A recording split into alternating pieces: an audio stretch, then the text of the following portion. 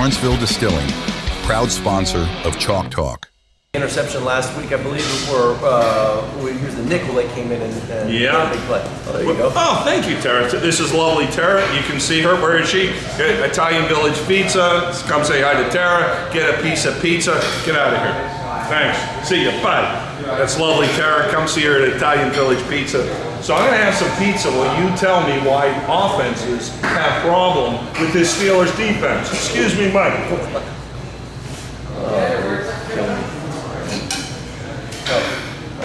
Let me redo that. Go ahead. So while you're talking about why offenses are having trouble, excuse me, with this Steelers defense, I'm going to eat some Italian Village pizza.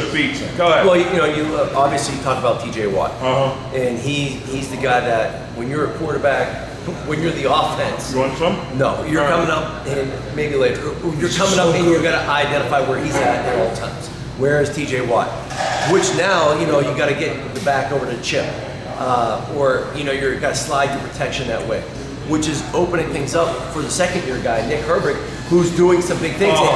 This is excellent. If that Portnoy Nick guy needs to come to Italian Village Pizza with Barstool. He'll love it. If you looked at the in training camp, who is Herbert hanging around at the end of practice getting tips from?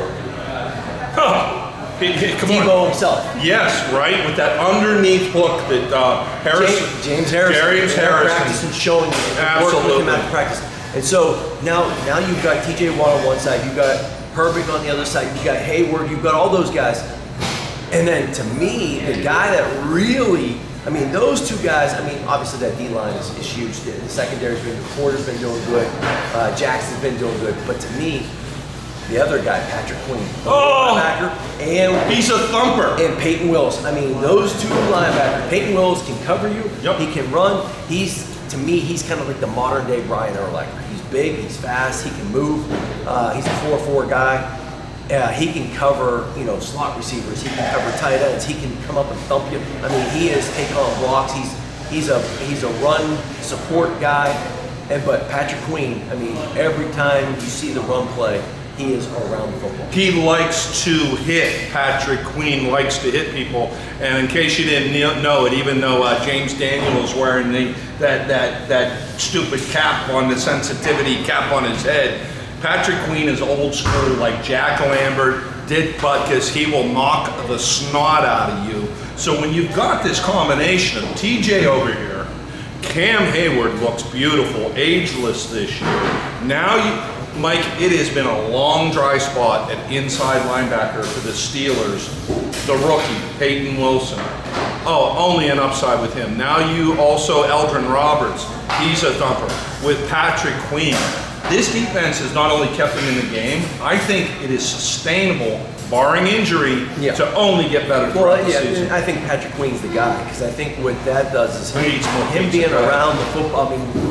Anytime there's a run play, he is around the football. He is all over it. Which essentially, it allows T.J. Watt, allows those edge rushers to not necessarily, they've got to worry about the run game, but they don't have to worry about it as much when you've got those force linebackers behind you to clean it up. So now it opens you up in that pass rush. Right. It allows you to kind of, go full go and take some chances here and there, take a couple guessing situations, and I'm going to try this and see what happens. It's sometimes, and Mike will tell you this, especially at the pro level, it's much better if you don't hear a guy's name at all. He's going to work every week, he's doing his job, he is solid, so he's not having anybody criticizing him, etc., etc. Don't forget about the stalwart, Minkah Fitzpatrick, back there for you. Just because you're not hearing his name, because he's not making splash plays yet this season, he is a stalwart in that defense right now, which causes all kind of problems for the offense. Well, again, he was a former number 1 pick. And he also likes to hit. He's a Pro Bowler. He loves to come up and support in the run. He's a great center field safety. So, again, he's kind of like the stable guy. Him and him and Hayward, you don't hear the names as much, but they're the two staples. They're the foundation of the defense. TJ Watt comes in, he's able to make the sacks, clean up on guys. He scares me. And he scares me. And if you look at teams that they try to chip him, it's tough. You know, they got to do a better job of trying to. Mike, can because you a lot of times explain? the back is chipping his own guy off of him. Explain for our average football fans out there what chipping means, because you heard it a lot last week during the game.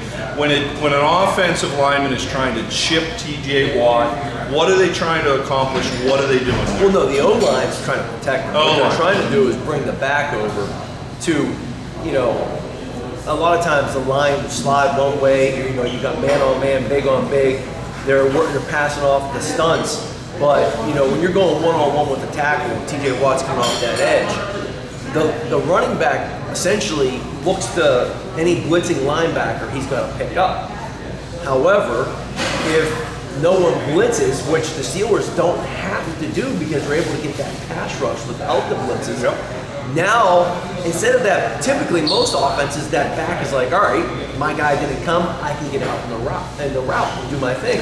But now, because you've got this Hall of Fame rusher on the edge, Superman, they're not releasing into the pattern, which frees up the linebackers to go drop into other coverage areas, and he's got to go over and try to get a little piece to help his tackle block this menace. This guy he's borderline changing the game, you know, taking it back to what LT did. Yeah, absolutely. So that's what chipping is. When that running back, like Mike said, looks to see if there's any blitzing corners, safeties, linebackers coming. Essentially, with the running back wants to get into the pass. He does. He wants to catch it, make a touchdown. He wants to be the outlet. Yep. However, with that weapon that you have on that right side, he dominates those right tackles. So now he's forced to help block him. Yep. And if he doesn't, that's why you're seeing all those sacks. So until teams start doing it full time, you're going to continue to see his name, you know, come across on TV on Sundays. And, you know, it's always constantly making plays, constantly getting sacks. And, you know, right now he's the best in it. And the nice thing about that, you saw it last week, I love Highsmith. You're seeing Herbig come into his own too.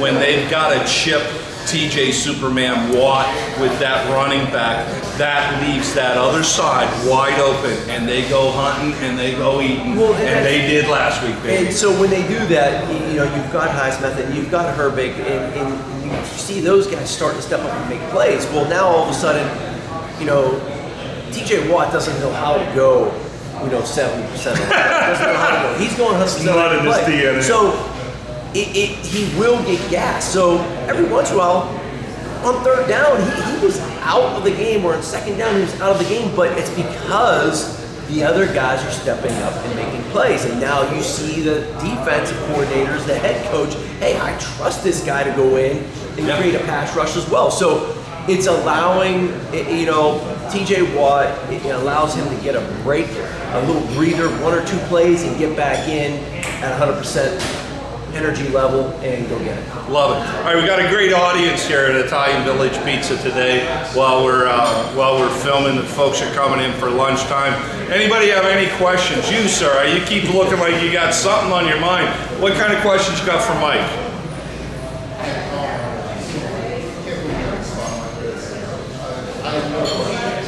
Do you like cheerleaders, sir? Because we ain't never getting them in Pittsburgh. Anybody got any questions about the Steelers? Nothing. This week? Mike, playoff team or not? Yeah, I think they will. I think they will. I mean, you know, they're 3-0. They're in the driver's seat. The Bengals are 0-3. Obviously, the Ravens had a little rough start. They're a little behind. And then the Browns. So right now, they're in the driver's seat. They can just continue doing it.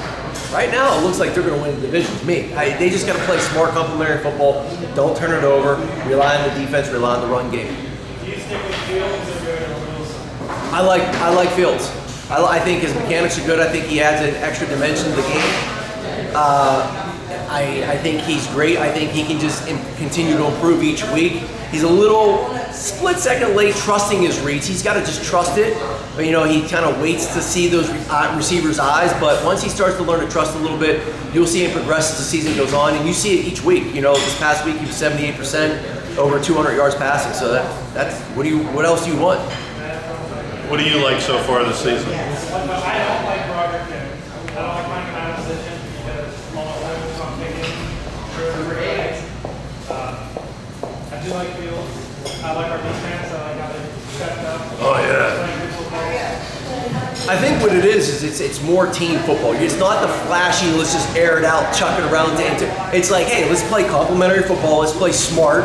Let's drain the clock. Let's run it. Let's pound it. It's more old school Steeler football back when they, the way Cowher kind of built it. It was like, hey, let's pound it and let's rely on that defense. A lot less 3 and outs, a lot less half our defense. I like where they're at. Absolutely right. Absolutely right. Thank you for those questions. All right, it's been Tank and Mike. We're here at the Italian Village Pizza on Route 28 in Waterworks. How you doing? I'm doing good. Go Steelers, right?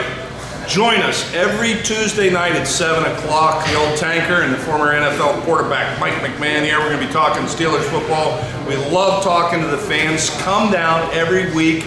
Lawrenceville Distilling is going to buy the first 15 Steelers fans a drink, Mike.